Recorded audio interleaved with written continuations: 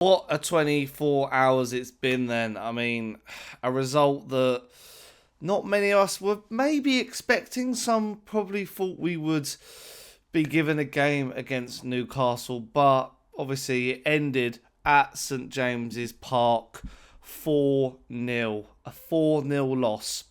And a lot of deja vu from last year's fixture where we went up there and lost 6-1. But that was in a bit more dramatic fashion. But this still felt a bit similar. It's a bit of a tainted fixture for us Spurs fans. And today I just want to you could probably tell by the title, and it's probably going to be a bit of a longer sort of reaction piece, talking about the game and also just talking about some problems at Tottenham, because even though it's been quite a good season and I'm quite a positive Spurs fan, there's still some things, I watch that game and think there's a lot of things that need to be sorted before we can aim for the stars. And before I really get into it, the reason, I wasn't stewing over this result. I was out after the game yesterday, so there was no reaction. But yeah, I wanted to do like a bit of a longer piece today, where it's just me talking to camera about the things that I've noticed, the things that I want to discuss. I want to get a bit of a debate in the comment section as well. No fancy edit this time round, but just thought it's just more important just to talk through these things. And also, wonder if I cursed this result. I mean, the night before I did a video on Micky van der Ven singing his praises, and bless him, he did not have his best game in a Tottenham shirt. And then a few weeks ago, I did something about saying that we should go out and sign Alexander Isak, and he goes and pops two past us. It's just the way of the warrior, I believe. So yeah, I've titled it "The Problem of Tottenham Hotspur." Could be sounding a bit dramatic, but there are problems, and a lot of clubs have problems. Even look at City; they have problems this season trying to, make it all click. I mean, they look like they're going to canter on now and attack the league. Liverpool, similarly. But yeah, so let's just go with the stats first, because I think these are very telling, especially because, Newcastle had 18 shots, 5 on target, 27% possession. And we had 11 shots, 2 on target with 73% possession, which sort of like all the gear and no idea, it felt like at some points yesterday, because I don't know, it was a strange game, because again, a stronger start, you could say, from Spurs. Had some good opportunities if Timo Werner, could finish and stuff like that. But Newcastle preyed on our mistakes, individual errors. Individual errors have not come out of this Tottenham side. It's been a thing for the last couple of years, you could say. We shoot ourselves in the foot. We are our own downfall at the end of the day when it comes to this sort of thing. So it's very confusing. We want to play this style of football. We want to be expansive, but when this is happening and problems on the ball by individual players, it does make you think of, like, one, sometimes are the players good enough, or two, are the tactics too much for them? It's hard to tell. So there are a lot of problems to sort in the short term from this. But look at the goals, just the high line. Newcastle just really knew how to play against us. They pressed us. Their press was a joke. It made our press look quite embarrassing, to say the least. And we just really didn't know how to handle it. We didn't know how to, thread a ball through them. Son couldn't get into the game. James Maddison was coming deep. Just Brendan Johnson couldn't, exploit his pace. The midfield was all over the place. So yeah, and the defence just couldn't handle it. Poro, Adogi, Romero, Van der Ven. Van der Ven, we've praised him. I praised him, as I said in this video, but the night before the game, but fell over twice, rinsed for pace, kept people on side, and then obviously there's, and I mentioned this in some of the problems we have, but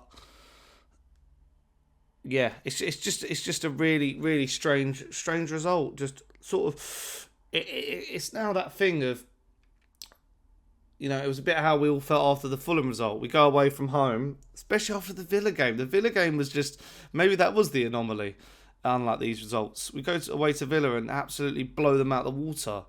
But then Fulham and this, it's similar taste in the mouth, you could say. But problems that we've got. So the types of goals we're conceding are similar to, I've done a list here, obviously.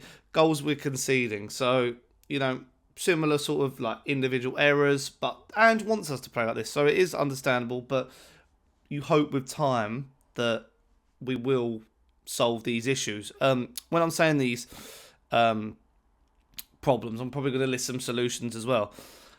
Set pieces. Now, we conceded another corner in this game. I'm a bit confused about it when it comes to set pieces for us, because when I think about it, I'm not a big fan of zonal marking, and there's a lot of players who are just sort of standing there, and I'm not really sure what they're doing, because if they were zonal and they just sort of came out of nowhere and headed some balls clear, you think, yeah, that makes sense. But there is always a free man, and that free man ends up scoring, whether it be Kurt Zouma for West Ham, whether it be Fabian Schar for Newcastle. They always get a goal. We're not good at attacking set pieces either. Delivery's just been poor from corners, whether it be Poro or Maddison. Just terrible. So yeah, I just don't know. I don't know what they do on the training ground when it comes to that, but we need some solution for set pieces.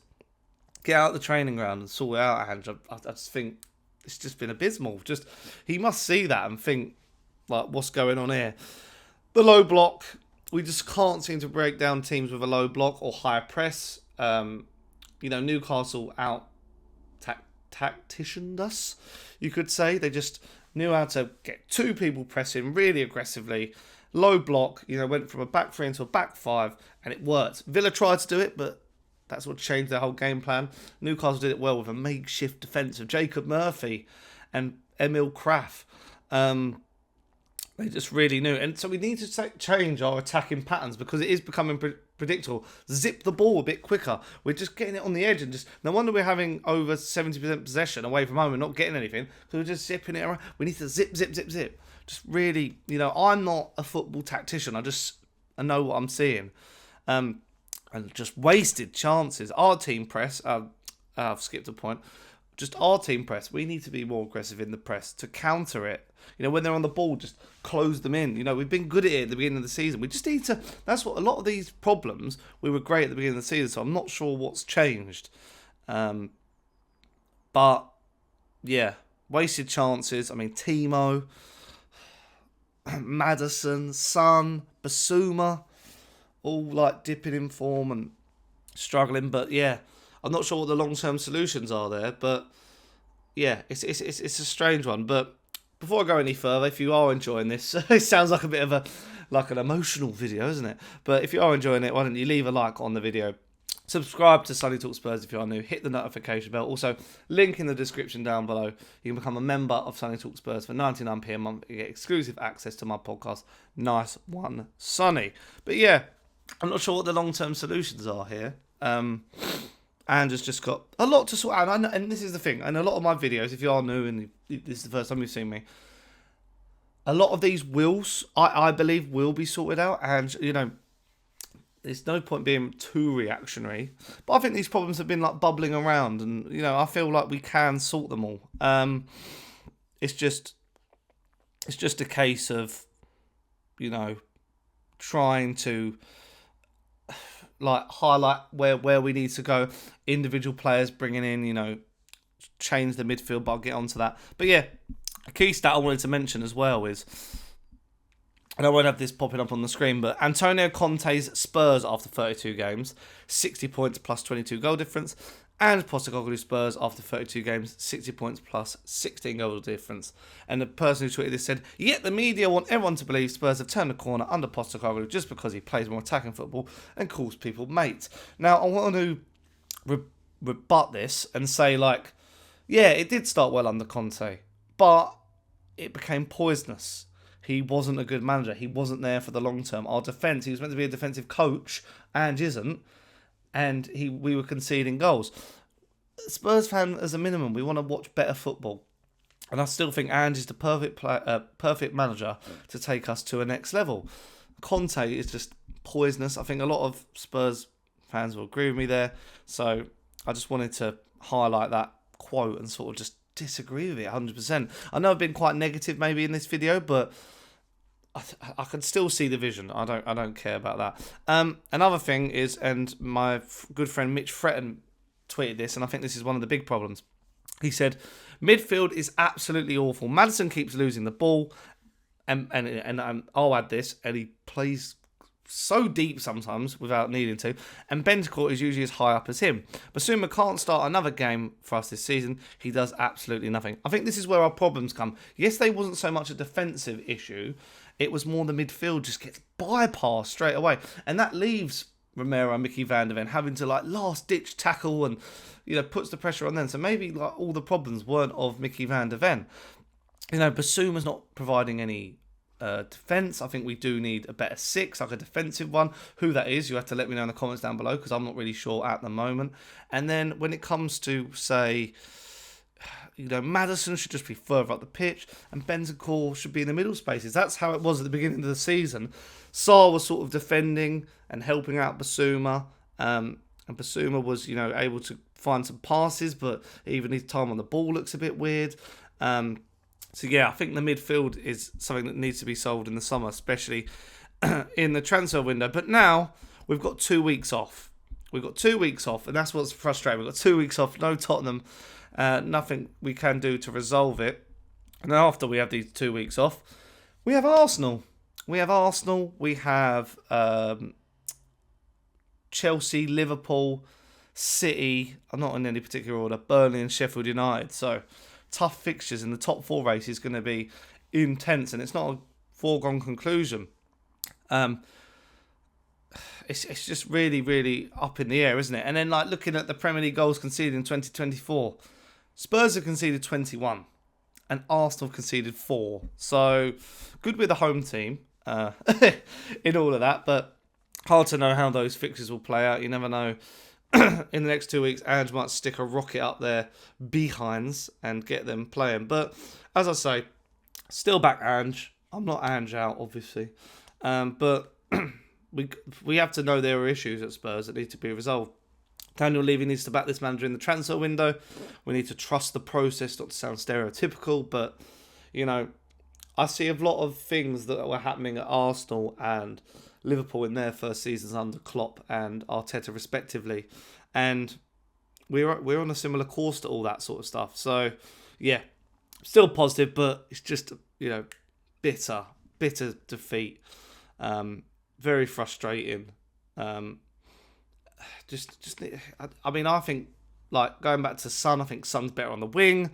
Timo maybe needs to be dropped a few games. I'm not sure if it's worthy of signing him anymore. I think he's a good bench option for 15 million, but I don't think he could start.